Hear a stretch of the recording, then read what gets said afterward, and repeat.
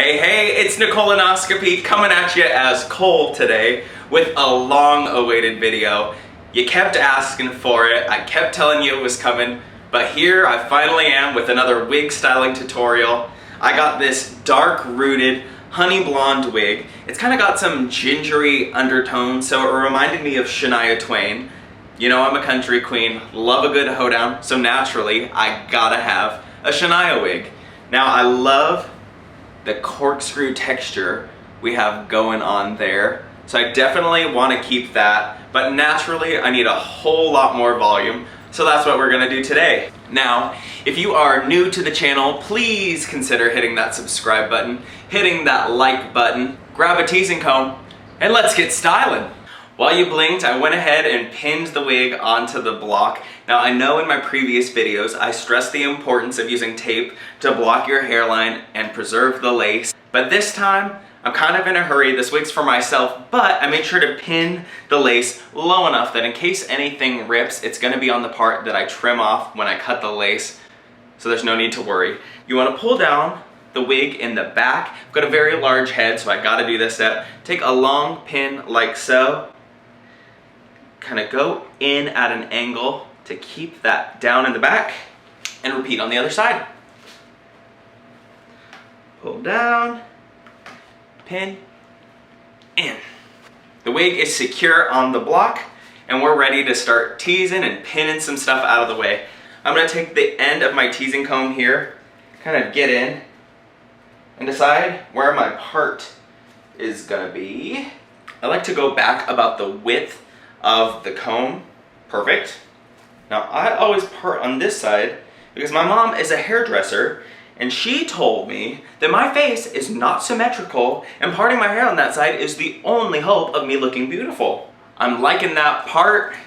I'm gonna take a clip and clip it out of the way. I love these long pins. They are so helpful for keeping things out of the way. Our bang is out of the way and we're ready to start teasing from the back. We'll get that head down there. Take the tail of the comb. Pull the hair up and leave about 4 tracts of hair in the back. I love these nice long clips there. So much hair in one clip. It's so helpful. That hair is up, you can see.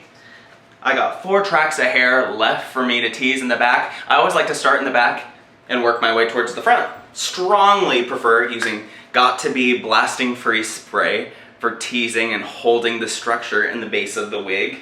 I'm gonna get this a little higher so I'm not Quasimodo in this whole video. There we are, that's a little nicer.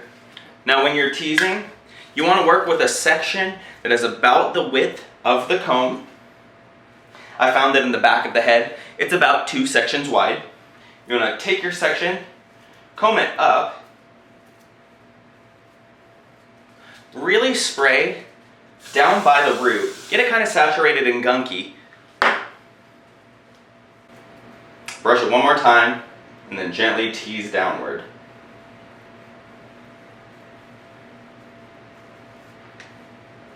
Now I always really pack this area a little extra. It's kind of the base of everything we're building, but you'll notice I'll pull those loose ends through and leave a brick of hair down at the bottom. And look at that! She's teased! Now we're gonna go back here. Probably hard to see, but I'm gonna get this other section here. Do the same thing.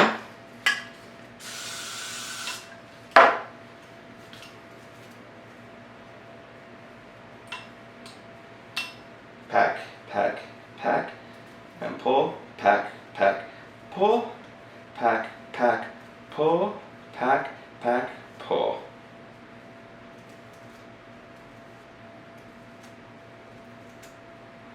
There we are, you'll see that. Nice little pillows of teasing there. You don't want it to get too ratty. If it's really loopy, you're gonna kind of want to brush that out and try again. Now, there's the 2 sections here, but there's a little bit of separation between the 2 of them. So I'm gonna kind of grab hair from both of those sections and repeat and tease those 2 sections together. Now this is called French lacing. I really recommend it for giving more structural integrity to your wigs, keeping it from getting all piecey on the insides. really give that nice helmet effect. We got this section done, and I think I'm ready to move on to the next 4 tracks. Let's go. All right, we've moved 4 tracks up the back of the wig, and we're ready to repeat those steps again. So I'm gonna get my section, brush it up, spray, brush one more time, and pack, pack, pull. Now the further you go up the back, the wider the sections are gonna get. So there was 2 sections in that first row. Now there's probably gonna be 3 and 4 and more as you work your way forward. Now don't be forgetting to marry your sections as you go up. See, that separation is gone. I don't know if you can see it or not, but trust me, it's gone. One last section here in the back. Moving on up the back, let's go. I love just watching it grow as you tease up the sections. Very satisfying for me. I hope you like it too. Get that up and out of the way. Now I get in a total trance as I'm styling, so odds are I'm gonna forget to tell you something, but there are other tutorials on my page, so go watch those. Each one of them has its own set of little helpful tidbits. I've definitely found that my styling has improved greatly since those other videos. So I'm definitely pushing out a better product than I was then. I absolutely love seeing what y'all create. So thank you for tagging me in your creations. I'm so glad these videos are helpful. I just love doing this. I think everyone should learn how to style their own hair. Buying wigs is expensive, but if you can learn to do it yourself, it is very liberating. So it's my mission to demystify the art of wig styling, make it more accessible, so that we can all just look our very best. One very helpful thing I learned since the last video is that it's important not to have a death grip on the hair with your upper hand here. Definitely allow it to fall. Because when you're teasing, I found that it was really stressing out the fibers of the wig. They're just plastic after all. So you don't want to stress them out too much or you're going to get a frizzy thought. I was spending way too much time smoothing them out afterwards, and sometimes I just would never get the desired effect. So make sure that you're allowing that hair to fall from your upper hand as you're teasing. That tail of the comb can be very helpful for picking out little mistakes, little knots you might create in the hair. We're getting there. Ooh, look at that curl pattern! Yeah! Slay! We're moving up in the wig. We're finally to the area that attaches to the ear tabs. That's right where the lace starts above the ear. Now we're getting into the territory that I like to call the pretty. So you want to make sure that the teasing is really packed in there and sturdy, but also smooth and pretty since you're getting into the area that people are going to be looking at. Another very helpful pointer here, as you're teasing, make sure that you're packing that tease all the way down to the root, because that's how you're going to build that structure there. Otherwise, you're just kind of relying on the hairspray and the loose teasing to keep the shape of the wig over time. And that's going to break down. So you really want to count on the teasing. Now sometimes you need to go back in and re-tease the section. That's totally fine. Now around these ear tabs, you're going to want to kind of smooth as you go, so that hairspray knows what to do as it dries. Now at this point, you don't want to go too overboard with the spraying, because we're going to do most of the sculpting and smoothing later once all of the teasing is in the wig. So that's probably good enough for now. Now it's also helpful to note that you really want to make sure you're spraying the root here, because you don't want the ends to get all sticky and stuck to the other hair, because that's what you want to leave workable later when you're smoothing. Now Shania's hair was never this big, but she's going to want it to be this big after she sees mine. Just kidding, she's probably doing just fine on her own. So I just teased this section on top of the one on the ear tab there. I went ahead and smoothed it out. I'm going to spray it again. Take a comb here to really get it smooth. Kind of use, this one has a pick on the end. You can kind of pick out any uglies. Because like I said, this is the pretty. This is where people are going to be looking. Get it looking real nice there, real nice. And then take a little duck clip and gently pin it up under there to kind of hold the shape while it dries. There we are. It's holding it just how we want it. It won't lose its structure or its shape, but you want to make sure you don't leave it in there too long. This is something I've learned recently. If you leave it in there too long, you'll get permanent clip marks, and that's really not the look. So be conscious of how long you're leaving those in for.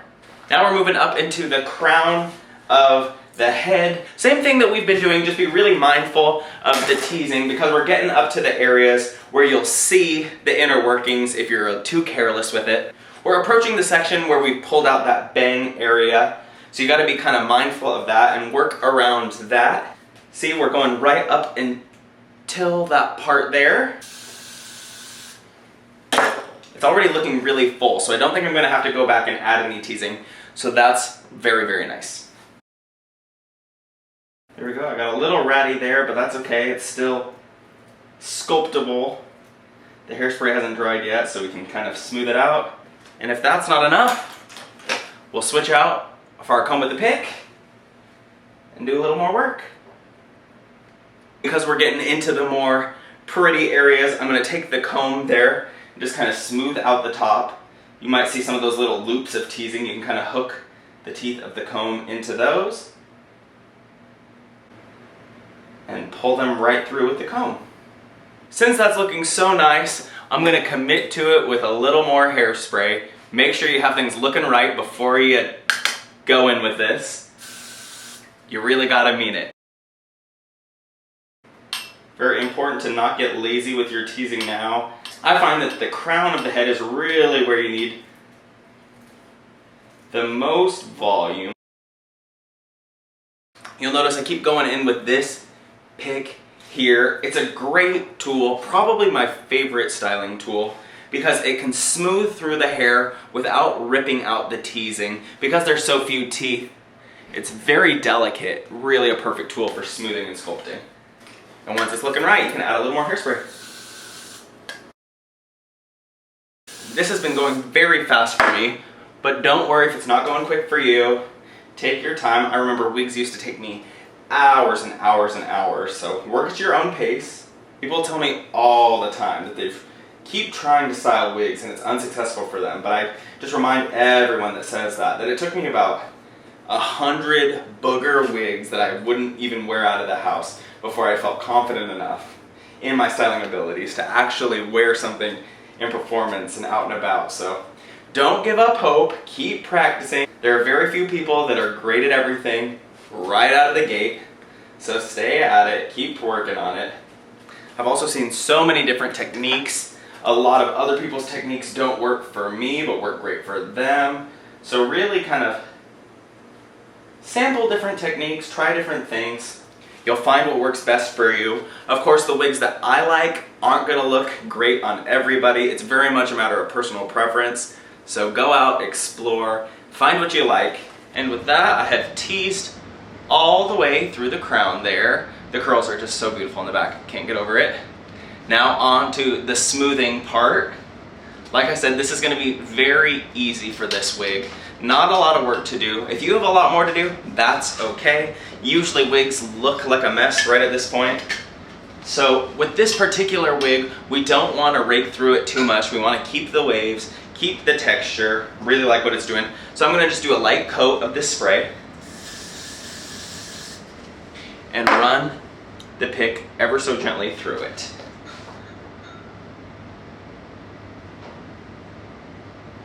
Curls like that, you can kind of use your hand as a guide to shape them.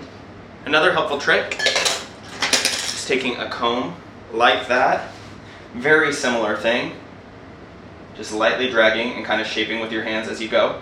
You can also use duck clips to hold the shape if you're going for a more dramatic wave, but I really don't need it right now.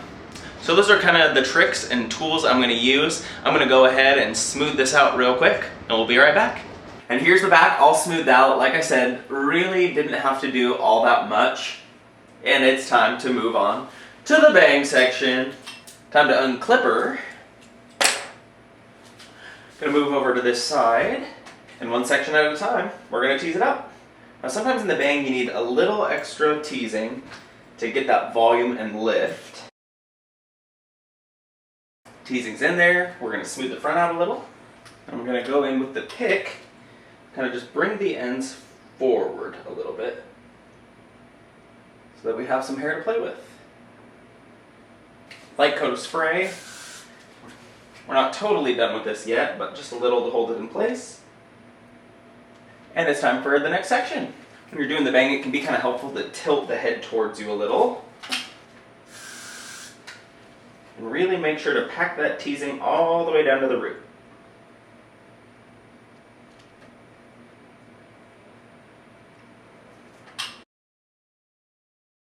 I'm going to get back in this little section here, kind of get the inner workings done before I lay the final pretty layer on the outside. We are almost there, probably about 2 more sections before final smoothing and shaping. Let's knock it out. I found sometimes for that last little section it's very hard to get in there if you've done enough teasing. There's just a tiny little pocket left for hair. So sometimes I'll switch sides on it and kind of push the teasing.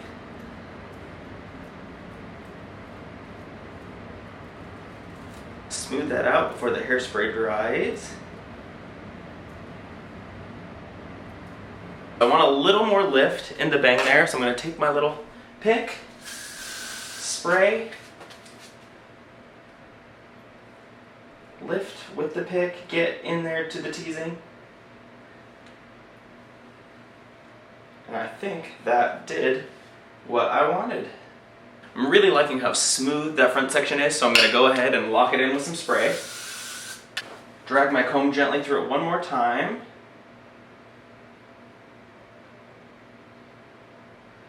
Give it a moment to dry. And while we do that, I'm going to start just sculpting some of these little waves over here. Tilt it down towards me a little.